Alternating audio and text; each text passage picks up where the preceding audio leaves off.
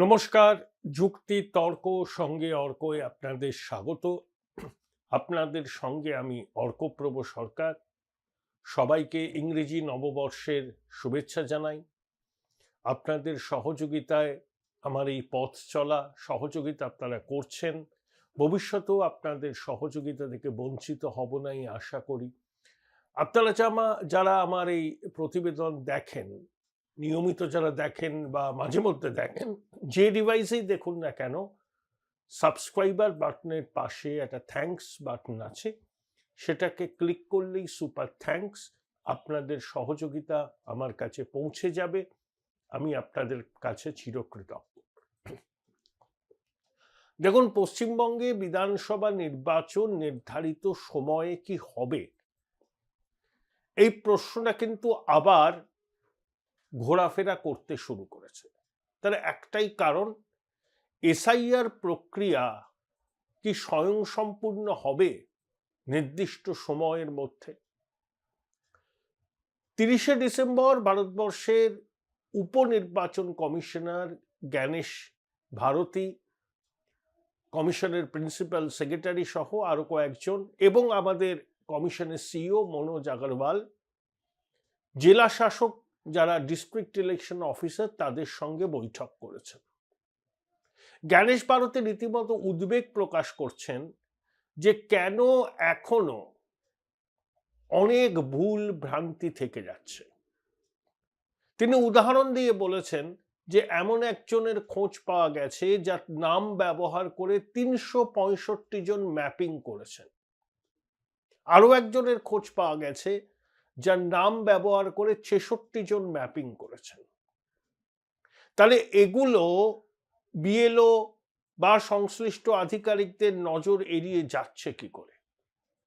আমাদের তো এটাই প্রশ্ন যে পশ্চিমবঙ্গে এসআইআর প্রক্রিয়া সুষ্ঠুভাবে করা কমিশনের কাছে সবথেকে বড় চ্যালেঞ্জ। যেখানে নকরশাহী একেবারে অনুপ্রাণিত, অনেকে গৃহপালিত, বিভিন্ন জেলা শাসক বা যারা ডিস্ট্রিক্ট ইলেকশন অফিসার, এসডিও, বিডিওদের তো 90% অনুপ্রাণিত। তারা কখনো আইনের বিধান মেনে এসআইআর প্রক্রিয়াকে ত্বরান্বিত করতে দেবেন না।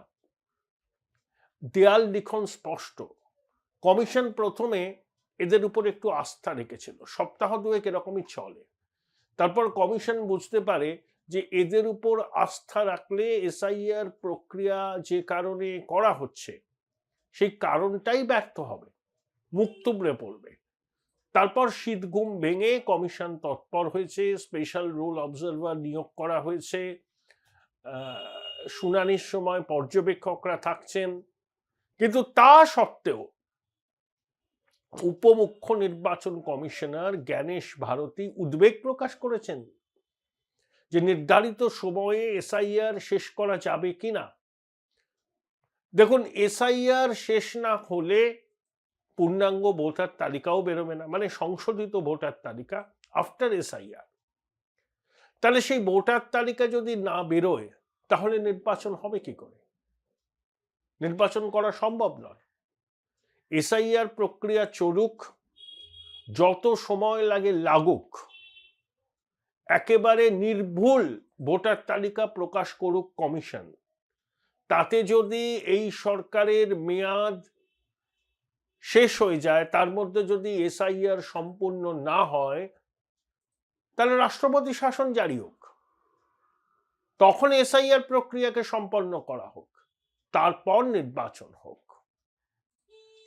আমরা কোনো অজুহাত শুনতে রাজি নই যে ত্রুটিপূর্ণ ভোটার তালিকা বেরিয়েছে। হ্যাঁ, কয়েক শতাংশ ত্রুটি থাকতেই পারে, ম্যামথ টাস্ক, কিন্তু কোন ত্রুটি ইচ্ছাকৃত, কোন ত্রুটি অনিচ্ছাকৃত, সেটাও তো বুঝতে হবে।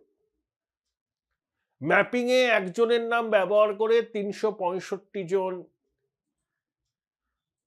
তাদের ম্যাপিং করিয়েছেন, এই খবরটা কমিশন পেল এবং তারা নথি দেখিয়েছে। তারপরেই তো জ্ঞানেশ ভারতী বলেছেন যে এভাবে চললে কিভাবে নির্বাচন নির্দিষ্ট সময় করা সম্ভব। যে কোনো মূল্যে এসআইআর প্রক্রিয়াকে সুষ্ঠুভাবে সম্পাদন করতে হবে। তার জন্য যদি কমিশন মনে করে তাদের আরো সময় প্রয়োজন, তারা সময় নিন।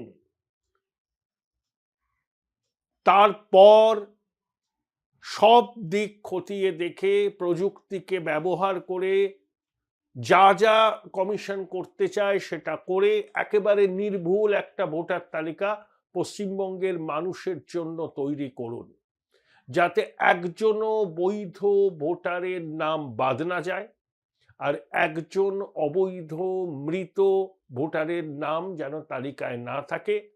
অনুপ্রবেশকারী যারা ভারতে ঢুকে বাংলাদেশ থেকে এখানকার প্রশাসনের সহায়তায় নথি তৈরি করে ভোটার তালিকায় নাম তুলেছেন, তাদের নাম কিন্তু বাদ দিতে হবে। তার জন্য যদি অতিরিক্ত সময়ের প্রয়োজন হয় নেওয়া হোক। উত্তরপ্রদেশেও তো খসড়া ভোটার তালিকা প্রকাশের দিন আবার পিছিয়েছে কমিশন, পিছনো হোক। তারা কি আছে, প্রয়োজনে এই সরকারের মেয়াদ শেষ হয়ে যাক, তারপর রাষ্ট্রপতি শাসনে নির্বাচন হোক। কিন্তু নির্বাচন আমাকে ওই সময় করতে হবে তা বলে একটা আধা খেঁচড়া ভোটার তালিকা প্রকাশ হলো, তাহলে এই এসআইআর প্রক্রিয়ার উদ্দেশ্যটাই কিন্তু ব্যর্থ হবে। সর্বত্র প্রশ্ন উঠতে শুরু করবে।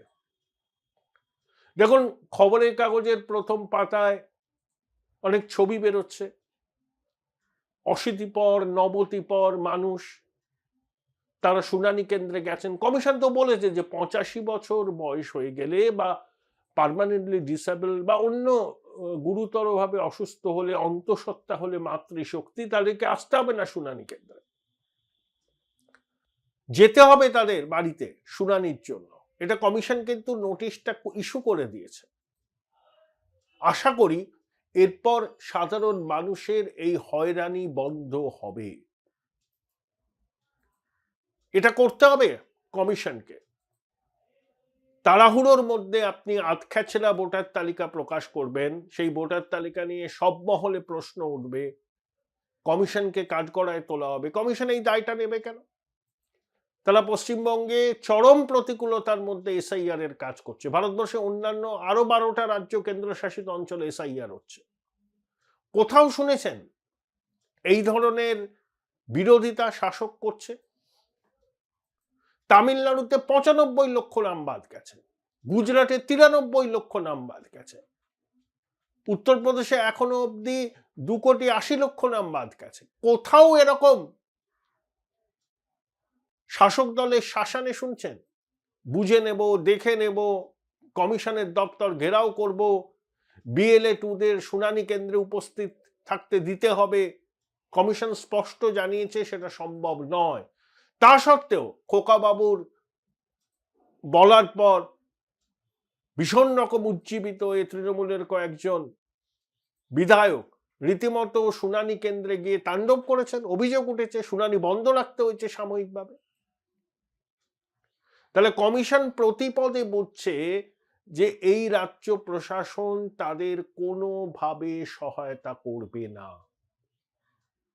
তাই কমিশনকে প্রয়োজনে সময়সীমা যদি বাড়াতে হয় বাড়াক, অসুবিধা কি আছে? এই হিউম্যাঙ্গাস টাস্ক কমিশনের সামনে, সেটা যদি সঠিকভাবে সফলভাবে করতে হয়, তার জন্য যদি সময়সীমা ডেডলাইন এক্সটেন্ড করতে হয়, কমিশন করুক। কারণ মাথার দিব্যি নেই ওই সময় নির্বাচন করতে হবে। নির্বাচন তখনই হবে যখন একটা পূর্ণাঙ্গ সঠিক ভোটার তালিকা প্রকাশিত হবে। তার আগে কোনো অবস্থাতেই নির্বাচন নয়। কমিশনের উপনির্বাচন কমিশনার জ্ঞানেশ ভারতের কথাতে কিন্তু তার একটা ইঙ্গিত পাওয়া গেছে যে কমিশন কিন্তু সমস্ত বিষয়টা খতিয়ে দেখছে, প্রয়োজনে তারা সময়সীমা বাড়াবে। তার জন্য যদি নির্ধারিত সময়ে নির্বাচন না করা সম্ভব হয় তাই সই, কিন্তু এসআইআর সফলভাবে হোক, এটা পশ্চিমবঙ্গের মানুষ হিসাবে, একজন ভারতীয় হিসাবে, একজন সচেতন নাগরিক হিসাবে এটা আমার দাবি। আশা করি আমার দর্শকরা যারা এই অনুষ্ঠান দেখেন তারা আমার দাবির সঙ্গে মোটের উপর সহমত পোষণ করবেন। কেউ বিরুদ্ধ মত দিতে পারেন, কিন্তু কমেন্ট বক্সে লিখে জানাবেন। আপনাদের মতামত ভীষণ রকম গুরুত্বপূর্ণ আমার কাছে। দেখুন, সি মুরুগান আক্রান্ত হলেন, তো কেউ কেউ বলছেন ওটা বিক্ষোভ। ওটা বিক্ষোভ নয়, ওটা হামলা। বাংলা সংবাদ মাধ্যম কি বিক্ষোভ আর হামলার মধ্যে ফারাকটা বুঝতে পারে না, নাকি বুঝেও না বোঝার ভান করে? সি মুরুগানের মতো যদি অন্য আধিকারিকরা হতেন তাহলে কমিশন অনেক সহজে কাজটা করতে পারত।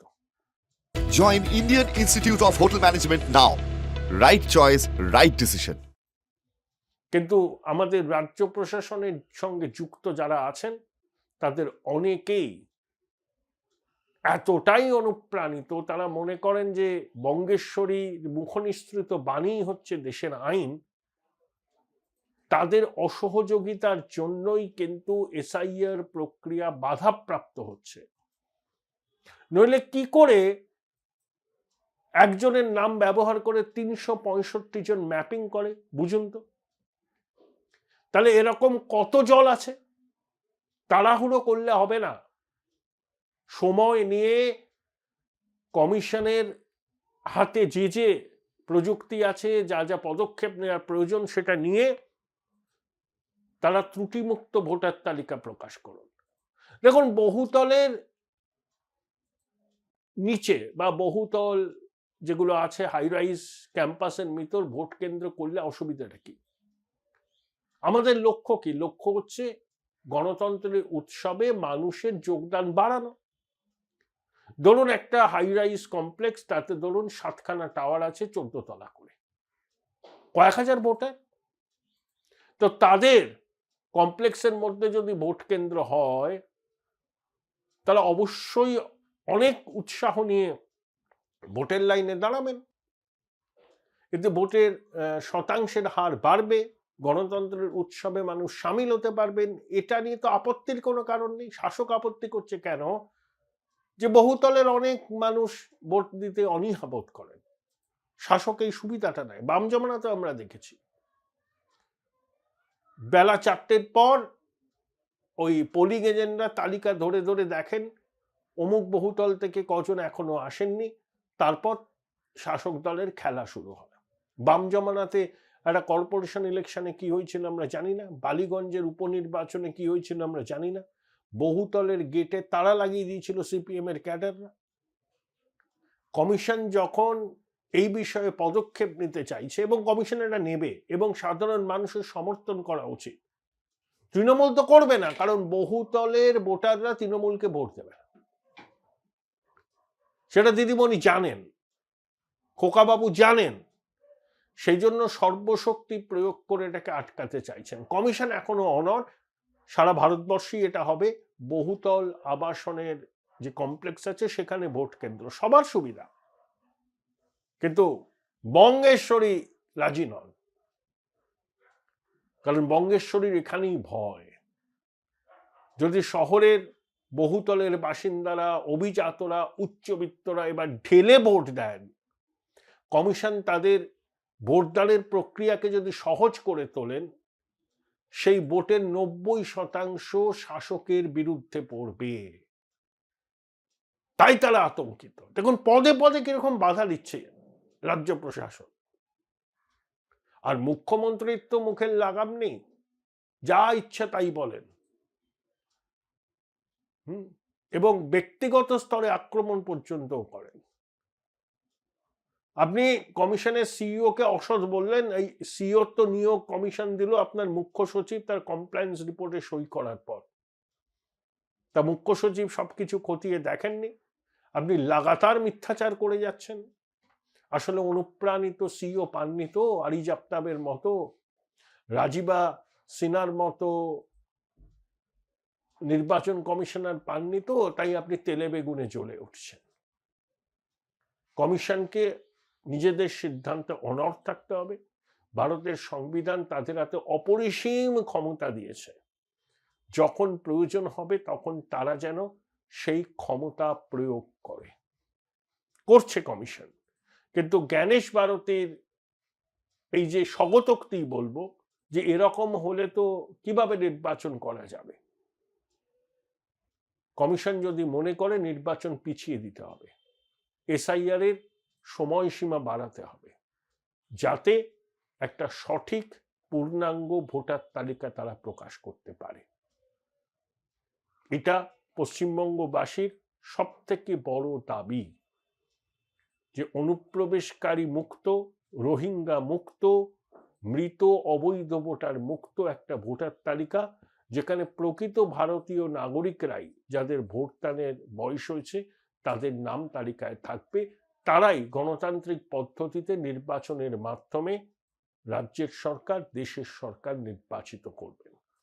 একজন সচেতন ভারতীয় নাগরিক হিসাবে এই দাবি আমার সব সময়ই থাকবে।